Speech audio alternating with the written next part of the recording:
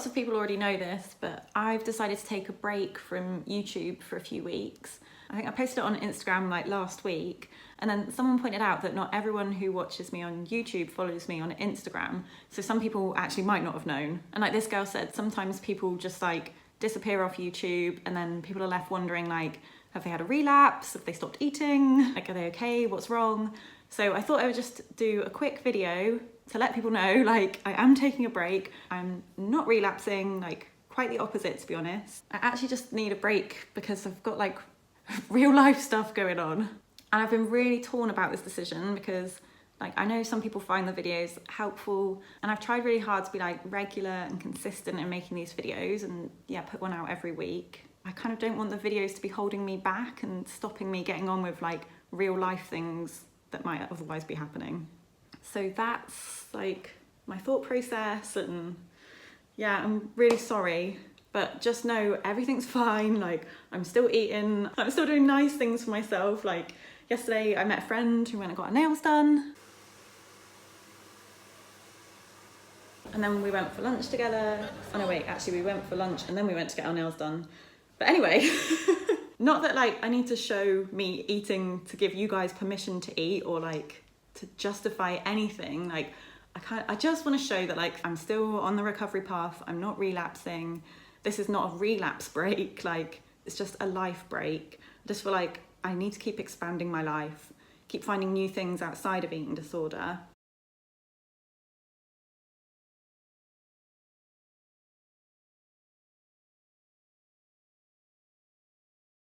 And I've got a couple of recommendations as well. So I don't really watch recovery accounts anymore, but when I did, the most helpful for me was Tabitha Farrar, Follow the Intuition, Damn the Diets, and What Mia Did Next, because they're all like recovered accounts. They're not promoting like fitness or health, you know, like health or anything like that. Like they kind of reflected like my own goals in recovery. So I personally liked watching that. But there is a non-eating disorder channel I've started watching recently called The School of Life. So this one's about like perfectionism, anxiety, depression, things like why not to people please, or the problems with being the good child, which for me is like so much of what my anorexia had to do with. But anyway, they're not like specifically anorexia related or eating disorder related, but I've really enjoyed them. They're really good. God, my eye. And the guy who made The School of Life, whose name I actually cannot remember, Alain does something or other.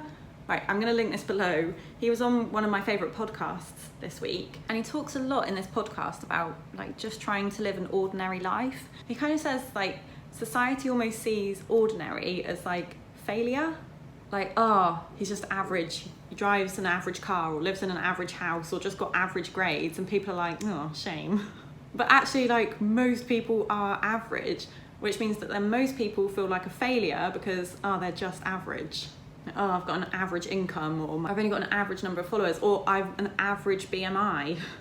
And he says that, like, schools kind of cause a problem with this as well, because kids are always taught to, like, strive for the anomaly. Like, you should strive to get A stars and to go to the best uni and to get the best job. Or like if you're going to do sport, you should do an Ironman, or if you're going to play the piano, you should be grade 8. And like, yes, some people do those things, but like statistically, most people won't.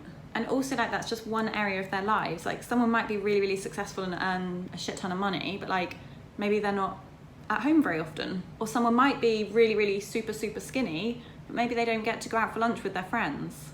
Like his podcast kind of made me think, like, I don't know, I think I've got a tendency to compare me overall, like my overall ability at everything, which is probably pretty average across the board, to like that person's anomaly in that area and that person's anomaly in that area. Like, look, that person's really, really skinny and that person's really, really successful and that person's really, really good looking and that person's got however many followers or gets however many likes. And then that kind of becomes like a recipe for happy, or like your expectations of yourself. But really that's bullshit. Like that's looking at lots of different anomalies.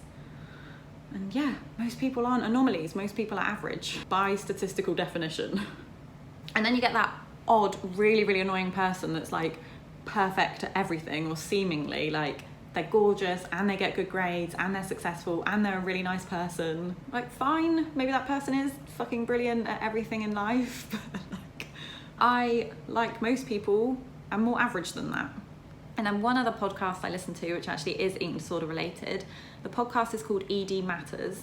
And this episode, which I can't remember the name of again, it's got Dr. Cynthia Bulick on it, and she's talking about that recent genetics study into eating disorders. Oh no, is it just into anorexia? Yeah. And it's a 2-part episode, and it's really good for showing you, like, if you're predisposed to having an eating disorder, or if you've got a history of an eating disorder, like, she calls it your health legacy, that becomes your health legacy.